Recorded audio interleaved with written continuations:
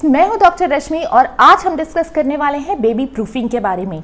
अगर आपका बच्चा 8 महीने का हो गया है तो अगले कुछ महीनों में वो क्रॉल करना शुरू करेगा और फिर चलना शुरू करेगा। तो ऐसे में घर को बेबी प्रूफ करना यानी कि बेबी के लिए सेफ बनाना बहुत ज़रूरी होता है। इस वीडियो में मैं आपको बताऊंगी पॉइंट वाइज आपको क्या क्या करना है घर को कंप्लीटली बेबी प्रूफ बनाने के लिए, बेबी के लिए सेफ बनाने के लिए, और साथ ही मैं आपको बताऊंगी क्या प्रोडक्ट्स अवेलेबल है, उनके साथ मेरा एक्सपीरियंस क्या था। और तो इस वीडियो में बहुत सारी जानकारियां होने वाली है, तो आप शुरू से लेकर लास्ट तक देखते रहिए। मैं हूं डॉक्टर रश्मि और आप देख रहे हैं बेबी केयर लाइव। तो चलिए शुरू करते हैं। जहां से बच्चे के गिरने के सबसे ज़्यादा चांस होते हैं और सबसे ज़्यादा चोट और सबसे गंभीर चोट लगने के चांसेस होते हैं, वो होती है खिड़कियां और बालकनी। अगर आपकी बालकनी में रेलिंग छोटी है या फिर आपकी खिड़की में नहीं है रेलिंग, तो ऐसे में बहुत चांसेस है कि आपका बच्चा कभी गिर जाए या बहुत सीवियर हेड इंजरी हो जाए या बहुत सीवियर इंजरी हो जाए। तो इससे बचने के लिए एक तो आप रेलिंग लगवा सकते हैं, लेकिन उसमें खर्चा बहुत आएगा। दूसरा आप क्या कर सकते हैं, आप उसमें नेट लगवा सकते हैं। इस तरह के मेश नेट अवेलेबल है मार्केट में, या फिर इससे भी जो बेटर है वो है आप मॉस्किटो नेट लगवा सकते हैं, अच्छा हैवी वाला। तो ये कम कॉस्ट में आपको बहुत अच्छा बेबी प्रूफिंग ऑप्शन अवेलेबल होता है। इसके अलावा जो दूसरे चांसेस हैं जहां बच्चों के चोट लगने के सबसे ज़्यादा चांसेस होते हैं, वो होते हैं अलमीरा या ड्रॉवर। जब बच्चा चलना शुरू करता है तो फिर वो या क्रॉल करना शुरू करता है तो वो ड्रॉवर को बार बार खोल कर देखता है। ऐसे में क्या होता है, ड्रॉवर को सेव करना, सिक्योर करना बहुत ज़रूरी होता है। मार्केट में ड्रॉवर को सिक्योर करने के लिए बहुत सारे प्रोडक्ट्स अवेलेबल हैं, जैसे कि कैबिनेट लैच या फिर कैबिनेट लॉक्स, ये भी आप यूज़ कर सकते हैं।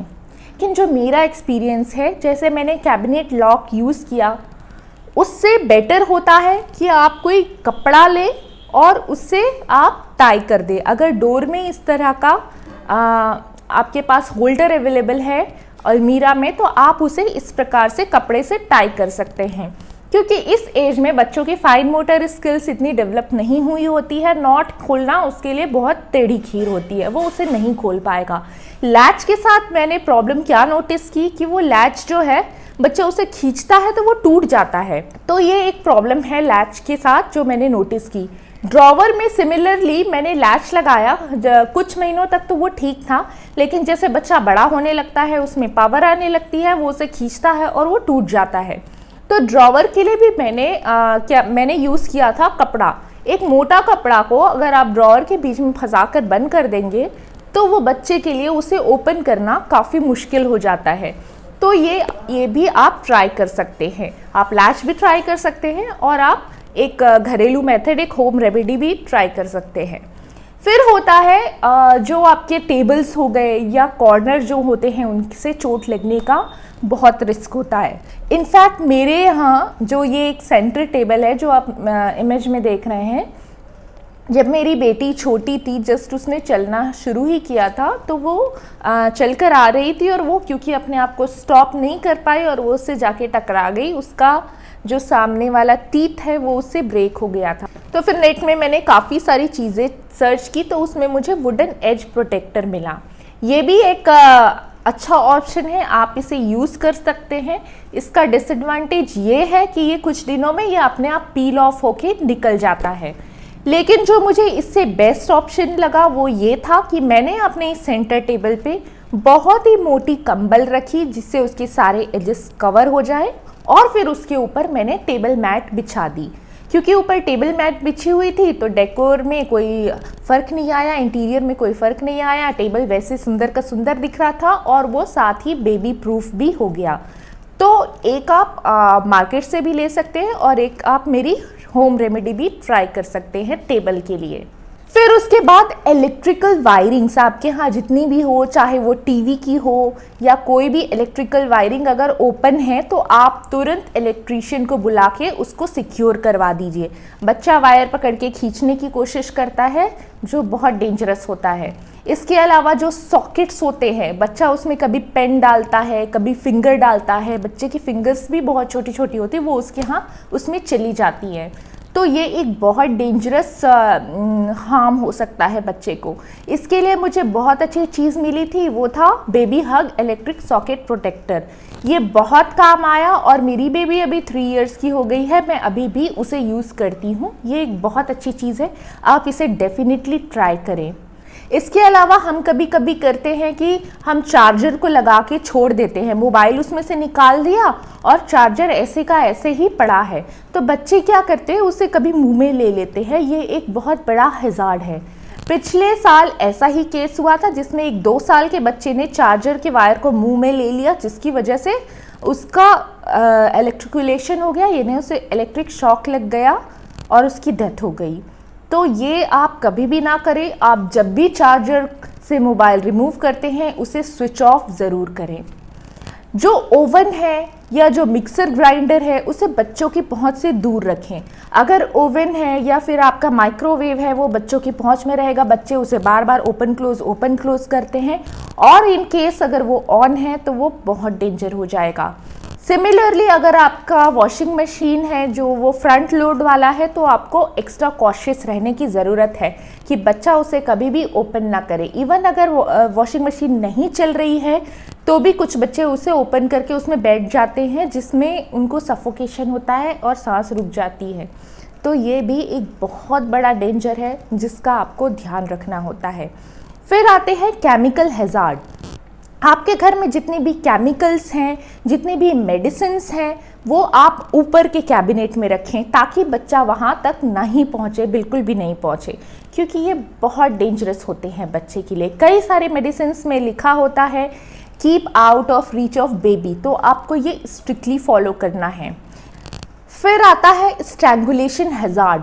कभी कोई रस्सी हो या कभी वायर कोई छूटी हो या कभी जो ब्लाइंड्स के जो हम क्या करते हैं, जो ब्लाइंड्स खींचने वाली रस्सियाँ होती वो ऐसी की जस की तस रहती है, तो ये सारी चीज़ें स्ट्रैंगुलेशन हैज़ार्ड करती है। यानी बच्चे कभी कभी खेलते खेलते अपने गले में इसे कस सकते हैं जिससे उनकी डेथ भी हो सकती है।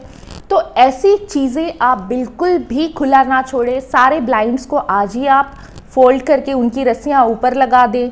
सारे जितने वायर्स हैं उनको आप सिक्योर कर लीजिए। जितनी भी रस्सियाँ हैं आप उसे ऊपर रखें, बच्चे के पहुँच में बिल्कुल भी ना रखें। अब आते हैं बाथरूम इंजरीज़ के ऊपर। बाथरूम में आपको कैसे बेबी प्रूफ करना है, बाथरूम को आपको कैसे बेबी प्रूफ करना है। बाथरूम को आप हमेशा क्लोज रखें, लैच करके रखें। बाथरूम के आगे एंटी स्किड मैट आप रखें जिससे बच्चा या आप भी फिसलने से बचें।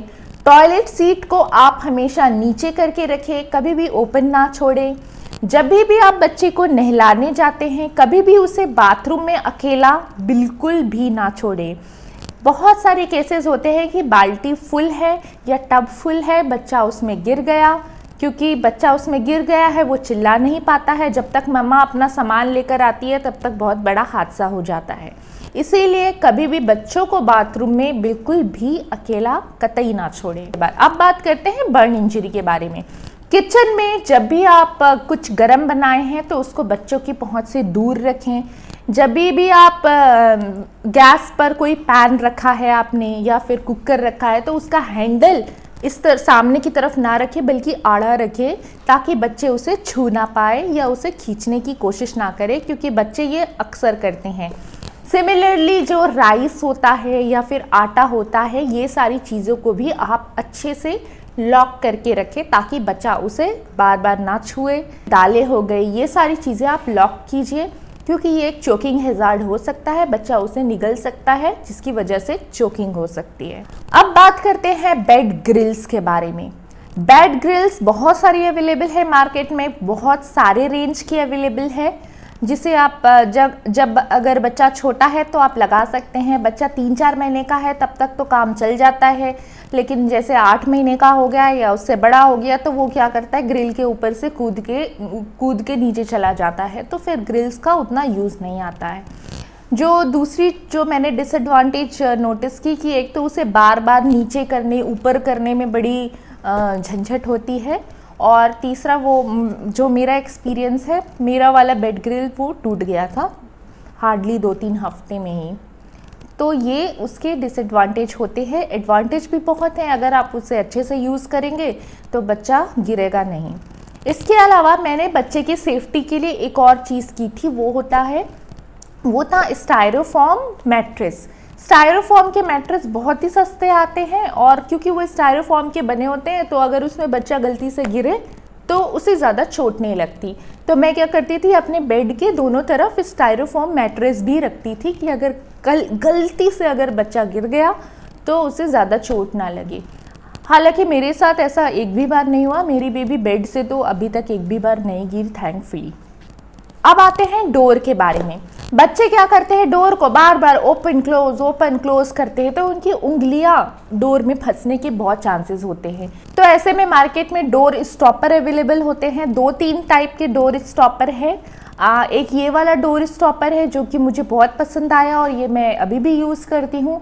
इसे आप यूज़ कर सकते हैं और ये मैंने लिया था, आई थिंक मेरी बेबी तब 1 साल की थी और अभी वो 3 साल की है। ये अभी भी मैं यूज़ कर रही हूँ, ये बिल्कुल भी ख़राब नहीं हुआ।